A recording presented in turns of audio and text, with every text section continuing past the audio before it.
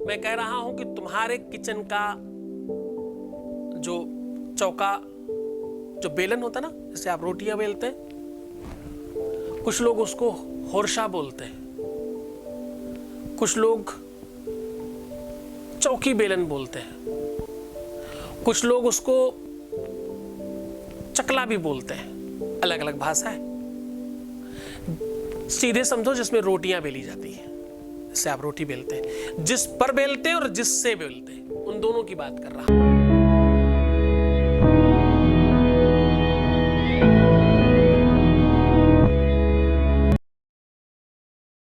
नमस्कार, मैं हूं आचार्य सतीश अवस्थी और आपका बहुत स्वागत करता हूं। आज मैं कह रहा हूं आपके अपने दाम्पतिक जीवन को, मैरिटल लाइफ, शादीशुदा जीवन, ये बहुत बहुत बहुत बड़ा वर्ड है। ये जो शब्द है ना, ये बहुत बड़ा है।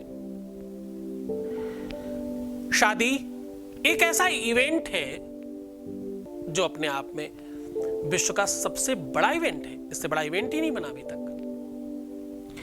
आज मैं कह रहा हूं कि कुछ क्षण में, कुछ पल में अपना मैरिटल लाइफ ठीक कर ले। मैं आज कह रहा हूं कि कुछ पल में, कुछ क्षणों में अपनी शादी की व्यवस्थाएं मजबूत कर ले। अगर तुम मनचाहा विवाह करना चाहते हो तो भी, अगर तुम्हारी शादी किसी से नहीं हो रही है तो भी, तुम्हारी शादी नहीं चल पा रही है तो भी, तुम्हारी शादी में किसी भी प्रकार की कोई समस्या आ रही है तो भी, तुम्हारी शादी के बीच में कोई आ गया है तो भी, तुम्हारी शादी नहीं होने के बीच में कोई आ गया है तो भी, तुम्हारे शादी से संबंधित, विवाह से संबंधित कोई भी समस्या है तो आज का दिन आपका है। ध्यान से सुनते रहिएगा, अंतिम तक बने रहिएगा, क्योंकि ये तुम्हारे लिए महत्वपूर्ण चर्चा होगी आज की। विवाह बहुत विशाल इवेंट, जीवन का सर्वश्रेष्ठ इवेंट। इस इवेंट के लिए लोग बचपन से तैयारियां करते हैं। शिक्षित नहीं होगे तो कौन विवाह करेगा? पैसे नहीं होंगे तो कौन विवाह करेगा? सुंदर नहीं होगे तो कौन विवाह करेगा? अच्छे नहीं होगे तो कौन विवाह करेगा? चरित्रवान नहीं होगे तो कौन विवाह करेगा? तुम्हारा कुल अच्छा नहीं होगा, तुम कुलीन नहीं होगे तो कौन अच्छा विवाह करेगा?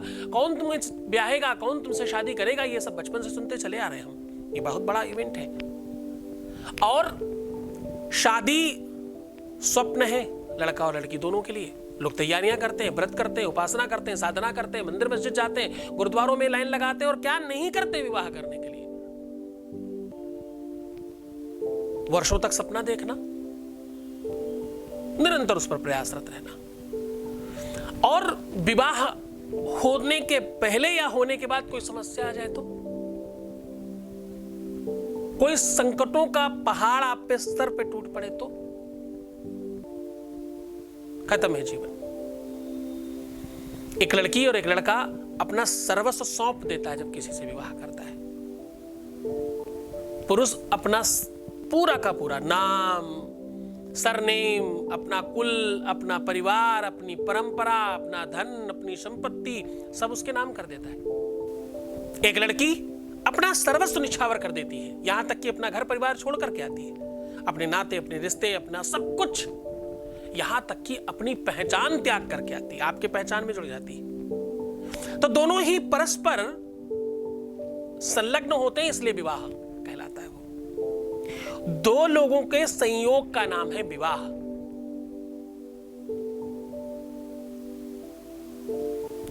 ये बहुत अच्छा चले तो इससे बेहतर जीवन नहीं है कोई। विवाह के बाद आपका अस्तित्व बनता है, चाहे आप पुरुष हो चाहे महिला। विवाह के बाद आपकी पहचान बनती है। उसके पहले आप किसी के पुत्र होते हैं या तो किसी की पुत्री होते हैं, आपका कोई अस्तित्व नहीं होता।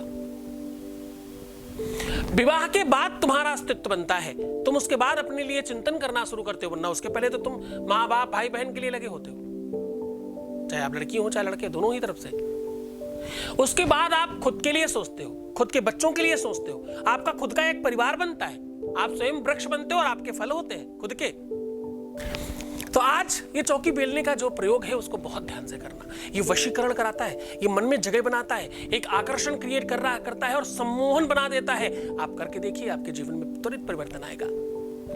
अब आपको करना सिर्फ इतना है कि आप जब भी अपने उनके लिए रोटियां बनाएं, अपने पति के लिए, पहले मैं उनको बता रहा हूं जिनकी शादियां हो चुकी हैं, फिर उनको बताऊंगा जो शादी में विलंब हो रहा है और दिक्कत हो रही है उनके लिए। बहुत बहुत अद्भुत प्रयोग है ये। अब आपको करना सिर्फ इतना है कि जब आप उनके लिए रोटियां बनाएं तो आपको क्या करना है?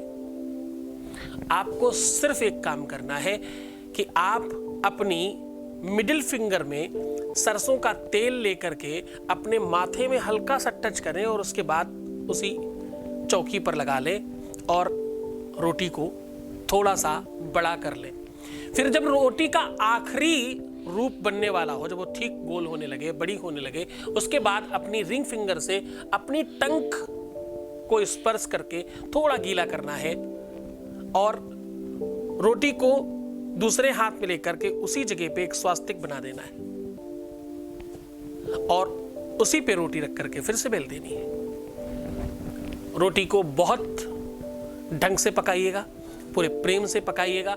पकाते समय आपका भाव होना चाहिए कि आप जिनके लिए पका रही हैं वो तुम्हारे हैं और वो तुम्हारे हिसाब से चलने चाहिए। जितना अच्छा भाव होगा, जितना अच्छा मन होगा और जितनी अच्छी उसमें प्रार्थना होगी आपके मन में, उतना ज़्यादा अधिक प्रयोग काम करेगा। और इस रोटी को बना लीजिए। कोशिश करिए कि वो गर्मा गर्म खा लें, कोशिश करें कि वो त्वरित खा लें। और देखो, आपस में झूठा और ऐसा क्या ही होता है, प्रेम तो आपस में चलता है ना। ये अद्भुत संयोग है, बड़ा प्रयोग है, त्वरित लाभ करने वाला है। और हाँ, इसे रविवार मंगलवार किया जाए तो ये चमत्कारी हो जाता है। तो ये तो हुआ उनका जो विवाह जिनका हो चुका है। अब बात कर रहा हूं उनकी जिनका विवाह होना शेष है। अगर आप उन्हें खिला सकते हो तो तुम भी ये काम कर लो, समस्या नहीं है। अगर वो तुमसे दूर है और तुम फिर भी विवाह करना चाहते हो तो क्या करें, यही सेम रोटी तुम गाय के लिए बना सकते हो। अब इसमें करना आपको सिर्फ इतना है कि जब आपने जो सरसों के तेल का प्रयोग जहां पर किया था वहां घी का प्रयोग करना है, जहां पर अपनी टंक का प्रयोग किया था उसमें गंगा जल का प्रयोग करना है। बस इतना सा, बाकी सब सिमिलर है, बिल्कुल सेम कंडीशन पे आपको ये काम करना है। गाय को रोटी खिलाते समय, बनाते समय दोनों में वो भाव रखना। इसमें 33 करोड़ देवता होते हैं, करके देखिए। ये शायद प्रयोग वही लोग कर पाएंगे जो देश में रहते हैं, जहां गाय मिलती हैं। जो विदेशों में, उनके लिए हम रोज कुछ और नई चीजें बताते हैं। हर प्रयोग हर किसी के लिए नहीं होता। तो ये उनके लिए है जहां गाय मिल सकती है, ये उनके लिए है जहां गौशाला या गाय का प्रबंध है। ठंडी गर्म कोई भी रोटी उनको खिला सकते हो, घी लगा के खिलाना। आपका जीवन खुशहाल, प्रसन्न और आनंदित सुव्यवस्थित हो, आपके जीवन में कभी कोई तकलीफ ना आने पाए। भगवान शिव आपको खूब सारा सुख, खूब सारी खुशियां, खूब सारा प्यार बढ़ाए। बहुत बहुत आशीर्वाद। ओम नमः शिवाय।